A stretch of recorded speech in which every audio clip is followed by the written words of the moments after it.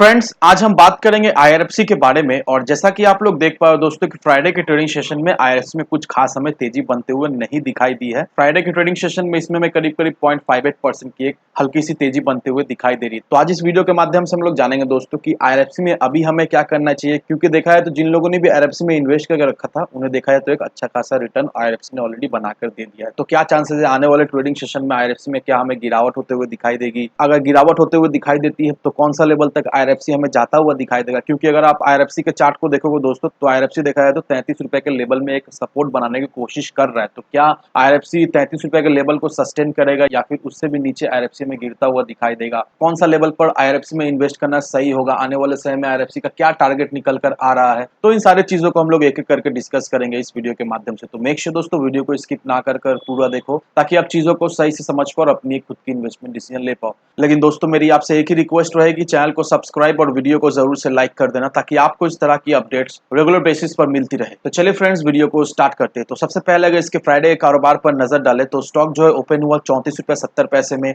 High बनाया इसने 34 रुपए 75 पैसे का, लो बनाया इसने 33 रुपए 90 पैसे का। और आप देख पा रहे हो दोस्तों 34 रुपए 40 पैसे में इसने क्लोजिंग दिया। साथ ही साथ इंट्राडे में इसमें 0.58% की एक हल्की सी तेजी बनते हुए दिखाई दे रही है। 6 महीने के परफॉर्मेंस को देखेंगे दोस्तों, पिछले 6 महीने में आईआरएफसी ने अपने इन्वेस्टर्स को ऑसम रिटर्न बनाकर दे दिया है। करीब करीब 61-62% का एक रिटर्न अपने इन्वेस्टर्स को आईआरएफसी ने बनाकर दे दिया। तो हमारे मन में ये सवाल है कि आईआरएफसी में अभी इस लेवल पर हमें क्या इन्वेस्ट करना चाहिए या नहीं, कौन सा लेवल सही रहने वाला है आईआरएफसी में इन्वेस्ट करने का? तो होपफुली दोस्तों इस वीडियो के माध्यम से आपको क्लेरिफिकेशन मिल जाएगा। अब दोस्तों इस आर्टिकल को देखो, अब अगर टेक्निकली हम लोग देखें तो आईआरएफसी का जो आरएसआई है वो हमें 76.92 दिखाई दे रहा है। और टेक्निकली आरएसआई जब भी 70 के ऊपर जाता है तो वो ओवर बॉट कंसीडर किया जाता है, और आरएसआई जब 30 के अंदर जाता है तो वो ओवर सोल्ड कंसीडर किया जाता है। और जो आईआरएफसी का जो आरएसआई निकल कर आ रहा है वो 76.92 का निकल कर आ रहा है। दैट मींस आरएसआई जो है वो अभी हमें ओवर बॉट होता हुआ दिखाई दे रहा है। और सिर्फ देखा जाए इसी एक कारण के लिए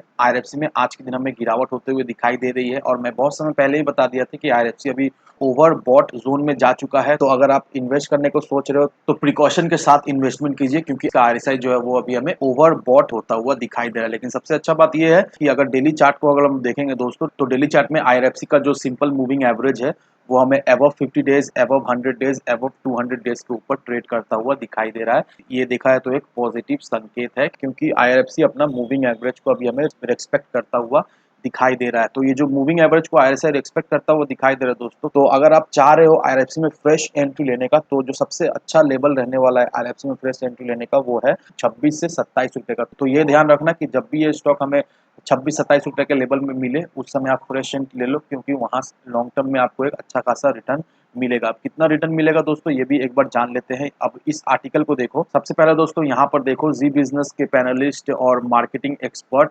अंबारिश बलीगा वो ये सजेस्ट कर रहे हैं कि जो लोग भी आईपीओ के समय में ये स्टॉक को खरीदे थे वो चाहे तो अभी प्रॉफिट बुक कर सकते हैं। और जी बिजनेस के ही दूसरे पैनलिस्ट अविनाश गोरख सरकार, उनका क्या कहना है? उनका यही कहना है कि आईआरएफसी में जो अपट्रेंड हमें दिखाई दे रहा है इसका पीछे जो सबसे बड़ा रीजन है वो है गवर्नमेंट की तरफ से आने वाला बजट। अब ये अनुमान लगाया जा रहा है कि जो अपकमिंग बजट आने वाला है उसमें गवर्नमेंट की तरफ से टैक्स कंसेशन से रिलेटेड अनाउंसमेंट आ सकता है, इंफ्रास्ट्रक्चर इन्वेस्टमेंट से रिलेटेड अनाउंसमेंट आ सकता है, जिससे आने वाले समय में रेलवे को अच्छा खासा बेनिफिट मिलता हुआ दिखाई देगा। और इसी एक्सपेक्टेशन के वजह से दोस्तों इन्वेस्टर्स अभी देखा है तो आईआरएफसी को एक्यूमुलेट किए जा रहे हैं। उनका ये भी मानना है कि अगर आईआरएफसी को हम लोग लॉन्ग टर्म के नजरिए से देखें, दैट मींस करीब करीब अगर 12 महीना का अगर हम लोग आईआरएफसी का टारगेट को देखेंगे तो आईआरएफसी का जो टारगेट निकल कर आ रहा है वो 40 से 45 रुपए का निकल कर आ रहा है। और उनका ये भी कहना है कि आईआरएफसी को एक्यूमुलेट कीजिए और होल्ड करके रखिए, क्योंकि आने वाले समय में एक बड़ा मूव आईआरएफसी में आता हुआ दिखाई देगा। अब दोस्तों इस आर्टिकल के माध्यम से ये तो आपको पता चल ही गया होगा कि आने वाले समय में आईआरएफसी का क्या टारगेट रहने वाला है। और वैसे भी दोस्तों आईआरएफसी में बहुत सारे इन्वेस्टर्स ऐसे हैं जो लोग